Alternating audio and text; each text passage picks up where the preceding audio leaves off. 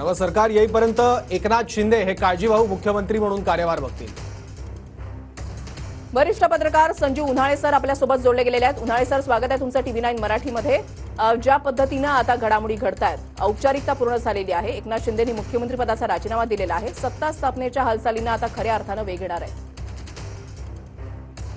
जर पाहिलं तर हा उपचार म्हणून पूर्णपणे पार पडलेला असला तरी आपण मुख्यमंत्री पद व्हावं किंवा मुख्यमंत्री पदाचा चेहरा आपणच होतो अशा पद्धतीने त्यांनी आपलं पोज करणं सुरू केलेलं आहे। त्यांचे सगळे सहकारी देखील मुख्यमंत्री व्हावेत म्हणून सुरू आहेत।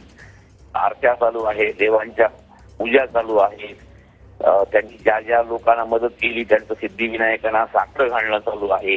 एवढंच नव्हे तर पंतप्रधान देखील आता पंतप्रधानांना भेटण्यासाठी खासदार देखील आता लवकर त्याची भेटीची वेळ मागतात। हे जरी सगळं खरं असलं तरी आता त्यांच्या फेवरमध्ये नाही। 2.5 वर्ष ज्याप्रमाणे फडणवीस हे उपमुख्यमंत्री राहिले त्याप्रमाणे आता त्यांना देखील उपमुख्यमंत्री पद मिळवणं घेणं हे स्वाभाविक आहे आणि ते त्यांच्या एकंदर सन्मानामध्ये बसेल की नाही हा खूप मोठा मुद्दा आहे।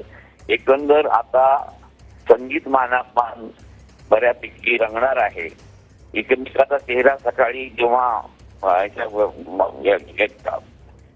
विराना ऐकण्यासाठी जेव्हा मानवंदना देण्यासाठी जेव्हा गेले होते तेव्हा कोणी कोणाकडे पाहत नव्हतं, तर तेव्हा हा संवाद लवकरच सुटेल आणि कसल्याही परिस्थितीमध्ये शिंदे यांना मुख्यमंत्री पद दिले जाणार नाही असा आता शिक्षेचा प्रयत्न राहील असं दिसतंय सर।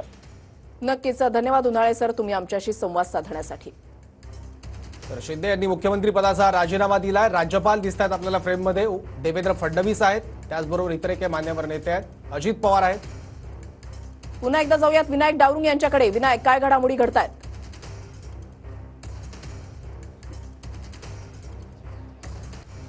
रुशाली, मुख्यमंत्री एकनाथ शिंदे यांनी पदाचा राजीनामा जो आहे तो राज्यपालांना दिलेला आपल्याला पाहायला मिळतो। आता पुढील काळात काळजीवाहू मुख्यमंत्री म्हणून ते पदभार जे आहे ते स्वीकारतील आणि जेव्हा सरकार स्थापन होईल नव्यानं तेव्हा 15वी विधानसभा जी आहे ती सुरू होईल, 14वी विधानसभा जी आहे ती विसर्जित झालेली आहे। आता प्रश्न साहजिकच हाच आहे की राज्याला आता मुख्यमंत्री पदाचा चेहरा कोण असणार, कारण तिन्ही प्रमुख महायुतीतले हे नेते होते, यांनी निवडणुकीला सामोरे गेले होते आणि तिघांना यश जे आहे ते चांगल्या प्रमाणात मिळालेलं आहे। त्यामध्ये जास्तीचं यश जे आहे ते भाजपलाच्या वाट्याला मिळालेलं पाहायला मिळतं। 132 आमदार जे आहे ते भाजपने निवडून आणलेले आहेत। त्यामुळे भाजपचा सगळ्यात मोठा दावा जो आहे तो असणार आहे। येत्या 2 तारखेला हा शपथविधी होईल अशी माहिती सध्या मिळते।